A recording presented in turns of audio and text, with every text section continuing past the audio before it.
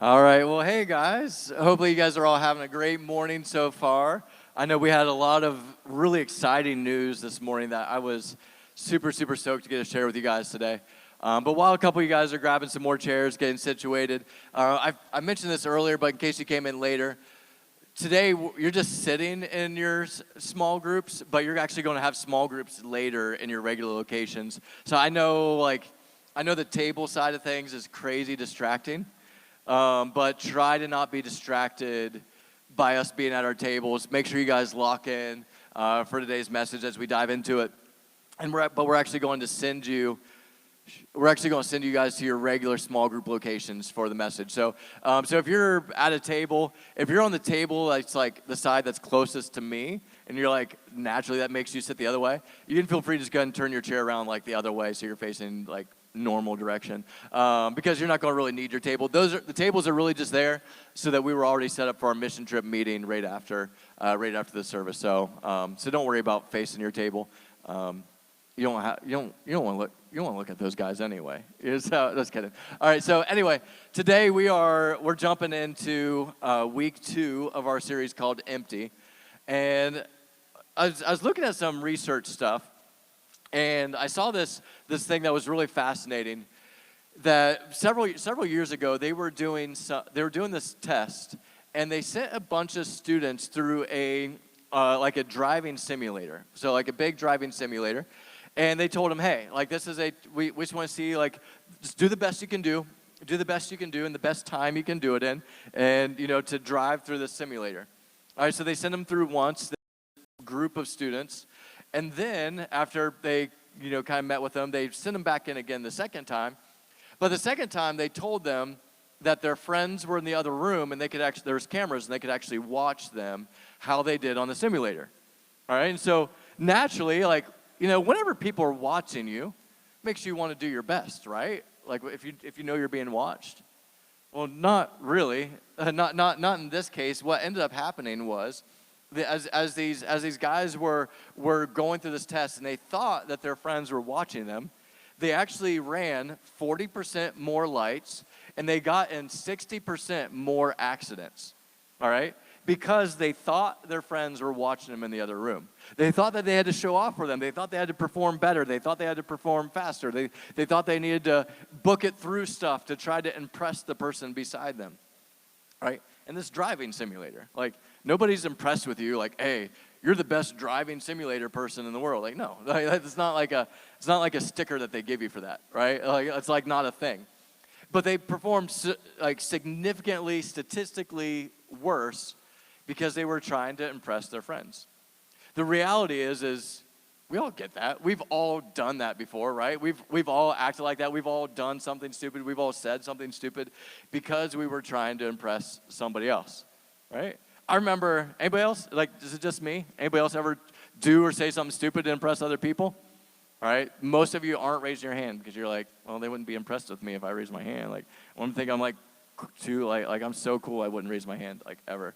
All right? I don't even raise my hand to put deodorant on. Just slide it. Okay, there you go. I refuse. All right, so I remember when I was in 8th grade, vivid memory. I was in 8th grade, and there's these people that they were doing all these back handsprings and all the ninja tricks that they teach you in gymnastics, and they're doing that, and I'm like, that's super cool, and I think I could impress some of these girls. I was like, you know what? I'm going to go, and I'm going to do a back handspring, all right, just right off the rip, and I'm going to land it. I'm probably just going to go ahead and land it in this pose, just go ahead and propose to them after, because sure enough, after I land this back handspring, one of them's going to want to be my wife. That's exactly what was going through my 8th grade brain, all right? And so I do it. I go ahead, and I load up, and I'm like, all right, watch this. I load up, and I do this. And I jumped, and I went backwards, and I had pretty good rotation, and I put my hands right here, which is not where your hands go on a back handspring. This is a surefire way to make sure that your face makes it to the ground before your hands do. And that's exactly what happened. And, these girls probably thought I was so tough by how hard I could hit my face off the ground, and not even that. So luckily, after all these years of practice and training, I've learned to finally be able to not try to impress everybody over something so stupid, all right? Because I thought, man, if I could land this, they're going to be so impressed. You know, I'm definitely walking out of recess not single, all right? That is the inevitable outcome of this situation. And when the actual outcome was grass stains and scratches across my forehead and face. So anyway, all that to try to impress people, right? We've all done really stupid stuff to try to impress people. We've all said something that we've regretted to try to impress people. Even last night, I remember I was talking with some friends of mine, and I said something so stupid. I said something so hurtful to somebody. Just trying to impress somebody. I'm like, what in the world? And I felt like legit so convicted over that. Well, I'm like I walked away from that situation last night. Like I didn't sleep well last night because I'm like, I just felt convicted. Like, why did I even say that? What was there even to gain from doing that? Just to win somebody's approval over what? Like, what an idiot. Like, that was literally the conversation I had with myself last night when I was wrestling with that. But why do we do that? Because we're human.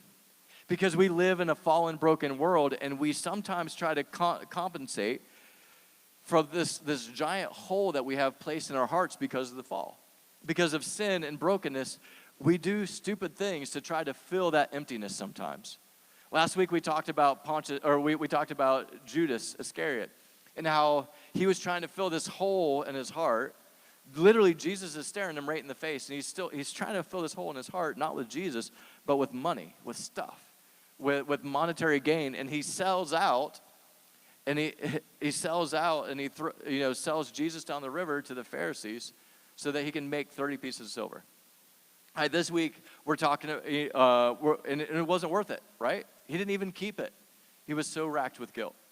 All right, it did nothing for him. All right, but it definitely didn't fill that emptiness. Today we're going to look at another guy's emptiness that we see rolling in through the Easter story as we're leading up to Jesus, the crucifixion, as we lead up to resurrection when we're up at the main church on Easter weekend. All right, and so we're talking about a bunch of different things that were empty. On Easter weekend, we'll be talking about the one good thing that was empty, and that was the empty tomb. All right, but these couple weeks leading up to it, we're talking about those hollow, dead, empty things that we chased after that never fill that void that was meant to be filled by God and God alone. So today, to talk about this, we're going to talk about a guy who sought after the approval of the crowd to fill that emptiness on the inside. All right, a guy named Pontius Pilate. Pontius Pilate, some of you guys might know who he is, some of you might not, all right? But Pontius Pilate was the Roman governor that was placed by Caesar over Jerusalem in the Judea area.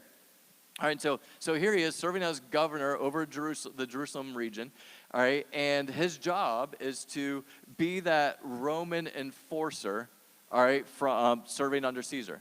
His job is to be that representative and to keep this area under control, to keep peace, but also to execute righteous judgment.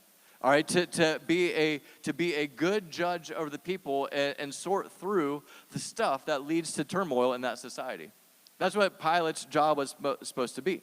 All right, and so in fact, during this time, because Jerusalem was under Roman rule, all right, there were certain things that the Jewish people, when they were like handling their laws and when somebody would break a law, there were certain things that they couldn't judge or rule on, all right? Or there were certain punishments that they didn't have the authority to give.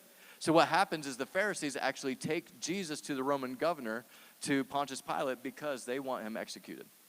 And that's where we pick up in our story. It says in John 18, it says, so Pilate went outside. So Jesus has been betrayed by Judas, taken to the Pharisees. They interrogate him. They decide we want to kill him, but we don't have authority to kill him, so we need to take him to the governor. So they take him to Pilate. It says, so Pilate went outside to them and said, what accusation do you bring against this man? All right. He's like, hey, what's his crime? What has he done wrong? And I find their response right here really ridiculous. He said, if this man were not doing evil, we would not have delivered him over to you. It's like, hey, what charges do you have on him? And he's like, well, do you think we'd waste your time if there weren't any charges? They didn't actually answer the question. Like, this is like a total like politician kind of answer. Like, do you think I would have done this if he didn't do something wrong? Well, what was the wrong thing? let's not get bogged down in the details here. Like, let's just go ahead and kill this guy already. That's really what they're saying, right? It's like, we wouldn't have delivered him to you if he didn't do anything evil. And Pilate said to him, well, if he apparently broke one of your laws, then take him yourselves and judge him by your law. And the Jews said to him, well, it's not lawful for us Jews to put anyone to death. All right? It's not lawful for us to put him to death. They're like, hey, this guy did something so bad that he deserves to die for it. Okay, well, what do you do? I don't want to say. Just go ahead and kill him already. Let's go. Like, I got to make dinner. We got Passover coming up. Like, let's go. All right, and so Pilate didn't want anything to do with Jesus from the get-go. All right, he's already trying to pass him back off to the Jewish leaders. Like, this seems like it's about one of your guys' like Jewish laws. Like, that, what business do I have with that? Just, you go figure it out yourselves. Like, he's trying to pass it off back to the Jewish leaders, but they're not doing it. All right, they keep pressing him. They keep insisting. All right, so Pilate takes Jesus into his headquarters and he interviews him. All right, he's like, hey, why do these guys want to kill you so bad? What do they have against you? Who are you? You know, where are you from? Are you really a king? Like, they're saying that you're calling yourself the king of the Jews. Are you really a king? Are you really dangerous? Are you really trying to overthrow Rome? No, it doesn't really seem to be. All right, so Jesus and Pilate have this long conversation. And eventually Pilate brings Jesus back out and he says, he might be crazy, but I don't see any reason why to kill him. He says, after he said this, he went back outside to the Jews and told them, he says, I find no guilt in him. This guy's innocent.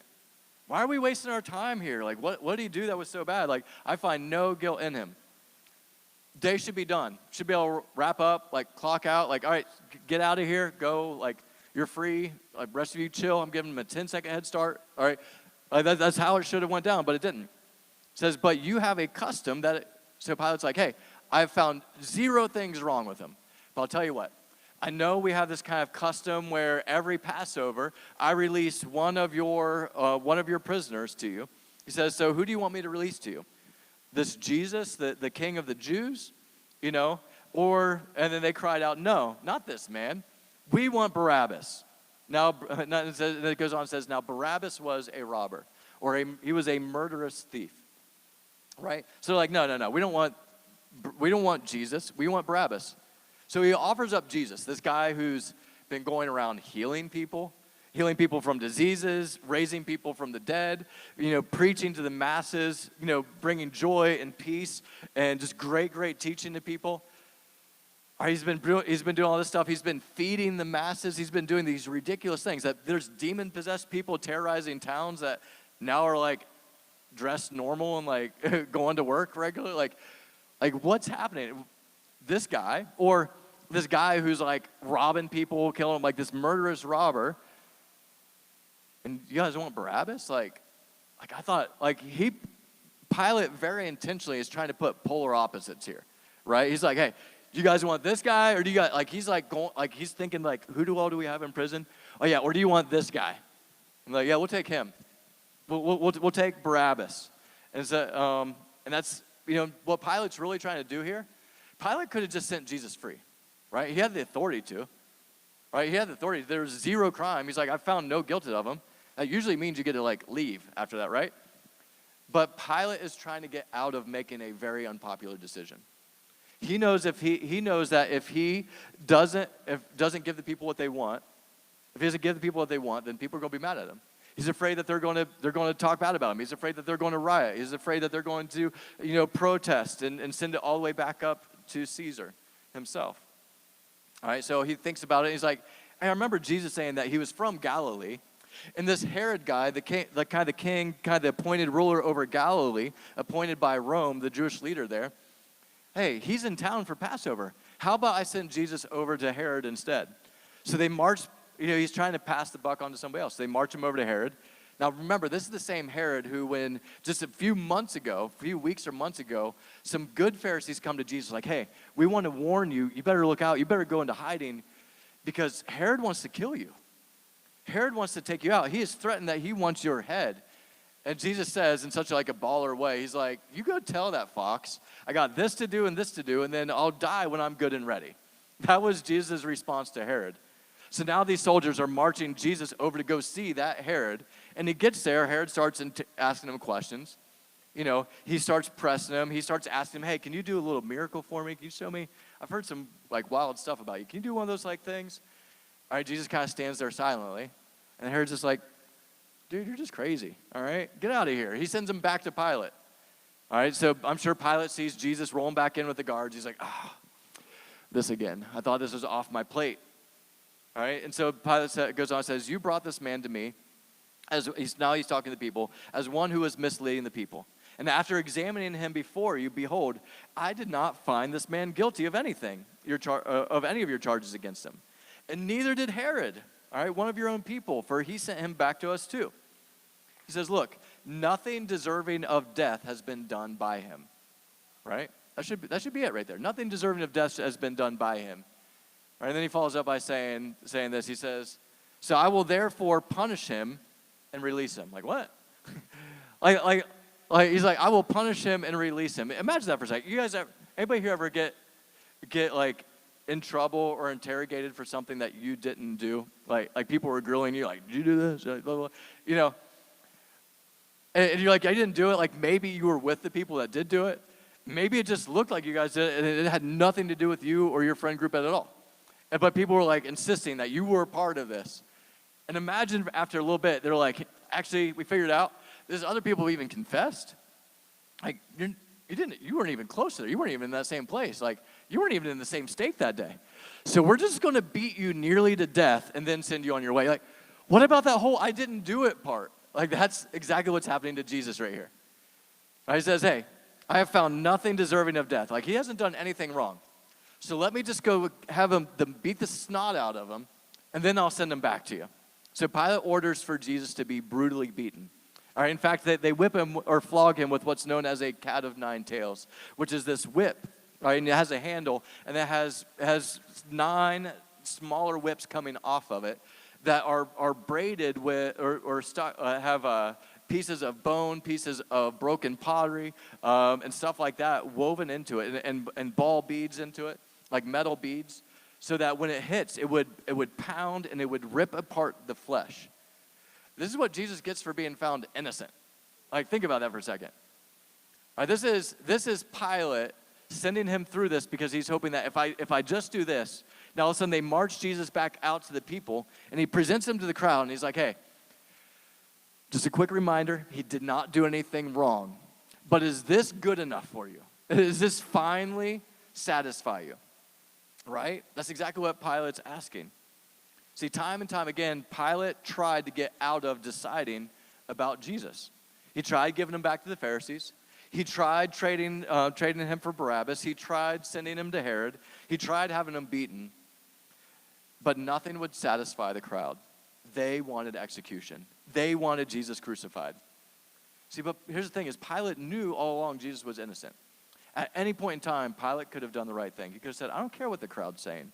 You're wrong. And you know you're wrong. I know you're wrong. Get out of here, all right, before I turn the soldiers loose on you. But he didn't. Why didn't Pilate go with his gut? Why didn't he do what he knew was right? Why didn't he free Jesus? All right? Why didn't he? Because Pilate thought, if I don't do what these people say, then they're going to riot. And if they're going to riot, then Caesar's going to be upset with me. That's what it really came down to. So he didn't make the tough decision. He didn't make the right decision because he knew it wasn't popular. All right? Pilate knew what was right, but what was right wasn't popular in that moment.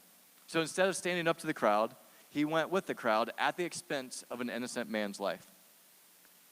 All right? Obviously, you guys aren't facing decisions like that daily, of that magnitude, but we face these types of decisions every single day about what do we do in those moments when we know what's right, when the crowd's going one way, and we're called to choose something different. We're called to not pursue the direction of the crowd, but we're called to stand apart. See, maybe you can relate to Pilate's predicament here. Maybe you've been in a position where you knew what the right thing was to do, but it was unpopular. And probably there's been times in your life that you've been traveling in that lane and you've been successful. And you've had some wins and you're like, man, God, I'm proud of you. I'm proud that I stood up for you in that moment. I feel good about that. And probably some of you guys have been in that lane and you've made some bad decisions to try to impress other people. We all have. We've all had those wins and we've all had those losses. All right, but one of the most regretful ways that people try to satisfy that emptiness inside is by trying to win the approval of others, right? It never works. It never works. And it doesn't even make sense because there's 8.1 billion people in the world. You can't make everybody happy, all right? You can't make everybody happy. And sometimes you're going to be in what feels like a lose-lose situation. You guys ever been in one of those situations where you have like half your friend group is mad at the other half of your friend group, and they're fighting over something so stupid, and you're the logical one that you're like, actually, you're kind of both wrong. I think you're kind of both being ignorant about this. And you've had those moments, right? When God's just calling you to do the right thing. God's calling you to speak the truth. God's calling you to stand up for what's right, no matter what everybody else is doing. And in my life, I found it way easier and far more enjoyable to stop trying to please the crowd and only focus on trying to win the approval of one, and that's God, right? His is the only approval that is going to matter in the end, When I'm standing before God on Judgment Day, like, my friends aren't going to be there. They're not going to be like, but dude, like, we were really impressed with him. Like, do you see how hard he landed on his face? They're not going to be there, to hold my hand through that. It's going to be me and Jesus, right? And it's only his approval that's going to matter, right? But for somebody like me who sold out for the crowd's approval for far too long, if you're anything like me, you've probably discovered that the crowd's approval won't fill you, right? It just doesn't. Selling out to impress other people always turns out to be self-destructive. All right, whether you're trying to win the approval of somebody you like, all right, and maybe you push or you compromise your values, your relational values to try to win that person over. Maybe you're trying to win the approval of other people that you consider to be more popular. So maybe you mistreat or you hurt or you do stupid stuff to try to win their approval.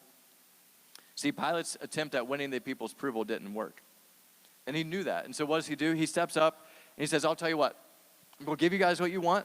But before I do, he said, he brings out this bowl of water, and he washes his hands in front of the people. He says, I wash my hands before you of this. He says, I am innocent of this man's blood. See to it yourselves. Go ahead and do with him what you want. And he sends Jesus to be executed. It's interesting that he says, I am innocent of this man's blood, that he's washing his hands of this man's blood. Because the reality is this water wasn't going to cleanse Pilate's guilt. It wasn't going to cleanse his sin. It wasn't going to make him feel better when he laid down his head that night. The only thing that was going to heal him was the very things he was trying to wash his hands of, and that was the blood of Christ. The only thing that was going to actually give him God's approval was the blood of Christ. And the irony is that Pilate couldn't wash away his guilt. That it was what Jesus was about to do for him is the only thing that could remove that guilt for him. All right, and here's the thing, is if you are looking for the approval to the crowd for approval, you will always be looking in the wrong place. It will always come up empty. It will always come up short. All right, and we all have things. We all have things that we have to repent of, that we have to say sorry to God for. Like, man, God, I'm sorry. I really missed that moment. I really was looking at their approval rather than yours way too hard there.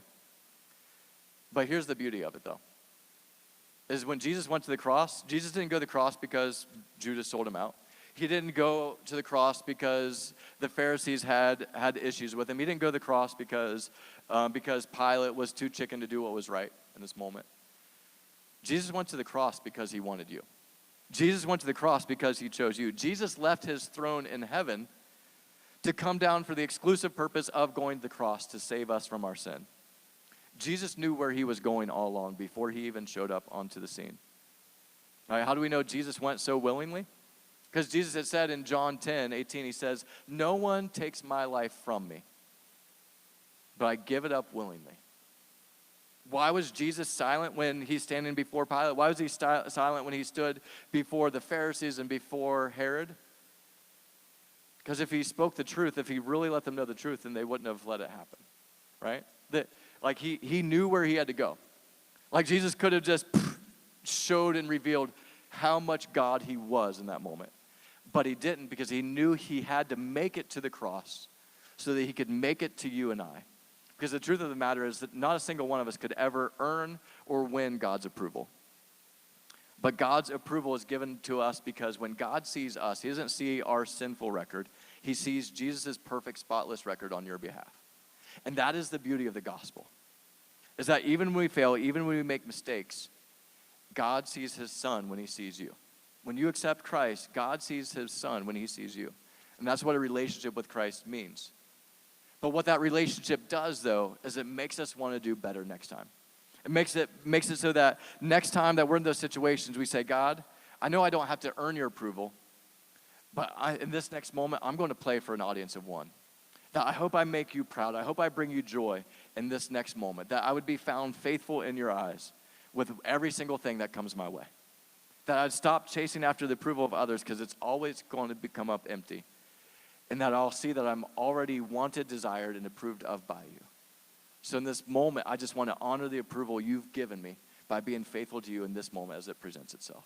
And as we do that, we'll stop worrying about the applause of the crowd, and we'll get to relish and enjoy the applause of our Savior. Let's pray. God, I thank you so much that you came down from your throne to the cross so that you could save us, so we could have a relationship with you and so that you could transform our lives from the inside out. God, I know that you already see Jesus' record when you see us, when we have accepted you. But Lord, for those who haven't accepted you yet, Lord, I pray that they would do that today, that they would just invite you into their heart and say, Jesus, I want to have a relationship with you. I want God to see your record instead of mine when he sees me, and that I would embrace the approval that you've paid the price for to give me. And Lord, as we do that, Lord, that we would stop pursuing the applause of the people, but we'd start pursuing your applause so that one day we would hear you say, as we stand before you, well done, good and faithful servant. And God, that would be all the applause we'd ever need. So Lord, I pray that you would find us faithful and that you'd help us to be more and more faithful every single day. We love you, and it's in Jesus' name we pray. Amen.